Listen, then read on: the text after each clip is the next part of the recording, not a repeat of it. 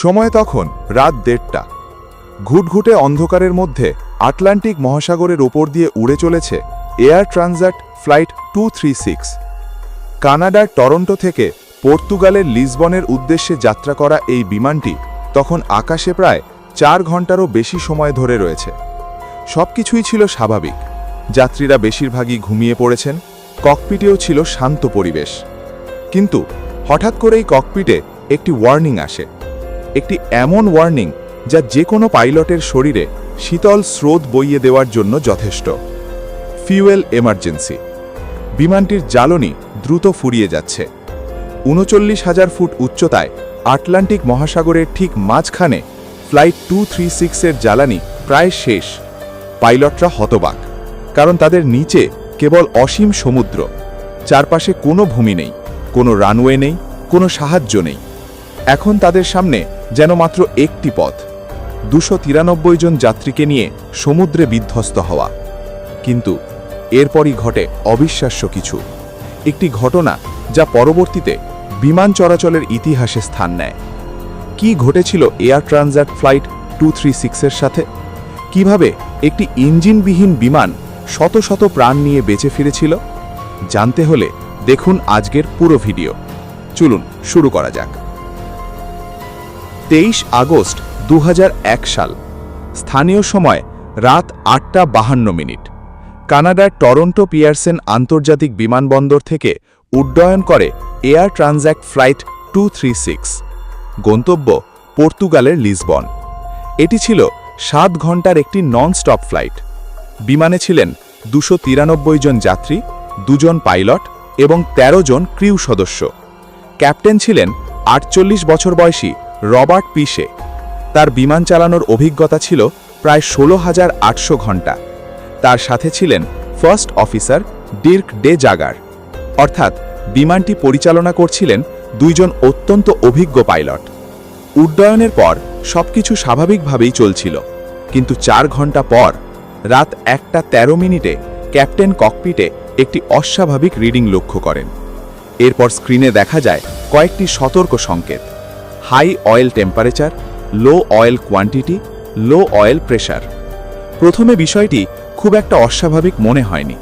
দীর্ঘ ফ্লাইটে মাঝে মাঝে এ ধরনের ছোটখাটো এরর দেখা যায়, কিন্তু এই এরর ছিল আলাদা। পাইলটরা ফ্লাইট ম্যানুয়াল চেক করেন, মেইনটেনেন্স টিমের সাথে যোগাযোগ করেন, কিন্তু আশ্চর্যের বিষয়, কেউই সমস্যাটির উৎস খুঁজে পাচ্ছিল না। এর আধ ঘন্টা পর আসে আরও একটি সতর্ক সংকেত: ফিউয়েল ইমব্যালেন্স, অর্থাৎ 2 ডানায় জ্বালানির পরিমাণ সমান নেই। পাইলটরা বিষয়টি ঠিক করতে লেফট উইং থেকে রাইট উইংয়ে ফিউয়েল ট্রান্সফার করেন, আর ঠিক সেখান থেকেই শুরু হয় আসল বিপর্যয়। ফিউয়েল ট্রান্সফারের কিছুক্ষণ পরই দ্বিতীয় ইঞ্জিনে অয়েল টেম্পারেচার কমতে থাকে আর প্রেশার বেড়ে যেতে থাকে। পাইলটরা বুঝতে পারেন পরিস্থিতি দ্রুত খারাপ হচ্ছে। তারা জরুরি অবতরণের জন্য নিকটতম বিমানবন্দর খুঁজতে শুরু করেন। সবচেয়ে কাছের এয়ারপোর্ট ছিল পর্তুগালের আজুরস আইল্যান্ডসে অবস্থিত লাজেস এয়ারবেস, কিন্তু তখনও সেটি অনেক দূরে। আর ঠিক তখনই তারা জানতে পারেন বিমানটি প্রতি সেকেন্ডে প্রায় 1 গ্যালন করে ফিউয়েল হারাচ্ছে, অর্থাৎ বিমানে বড় ধরনের ফিউয়েল লিক হয়েছে। এখন সময়ের সাথে শুরু হয় এক অসম লড়াই। কিছুক্ষণ পরই ডান পাশের ইঞ্জিন সম্পূর্ণ বিকল হয়ে যায়। বিমান এখন উড়ছে মাত্র একটি ইঞ্জিনে, কিন্তু সেটিও বেশিক্ষণ টেকেনি। অবশেষে দ্বিতীয় ইঞ্জিনটিও বন্ধ হয়ে যায়। পুরো বিমান সম্পূর্ণ পাওয়ার লসের শিকার হয়। 33,000 ফুট উচ্চতায় আটলান্টিক মহাসাগরের মাঝখানে একটি বিশাল এয়ারবাস 330 এখন সম্পূর্ণ ইঞ্জিনলেস। কিন্তু বিমানটি তখনও আকাশে ছিল, কারণ এখন এটি গ্লাইড করছে। এয়ারবাস 330-র গ্লাইড রেশিও ছিল 15:1, অর্থাৎ প্রতি 15 ফুট সামনে এগোলে বিমানটি 1 ফুট নিচে নামে। পাইলটরা হিসাব করেন সঠিকভাবে গ্লাইড করতে পারলে তারা লাজেস এয়ারবেসে পৌঁছাতে পারবেন। এরপর শুরু হয় এভিয়েশন হিস্ট্রির অন্যতম সেরা গ্লাইডিং অ্যাপ্রোচ। বিমানটি ধীরে ধীরে আজুরসের দিকে এগিয়ে যায়। কিন্তু নতুন সমস্যা, বিমানটি রানওয়ের খুব কাছে এসেও ছিল অতিরিক্ত উচ্চতায়।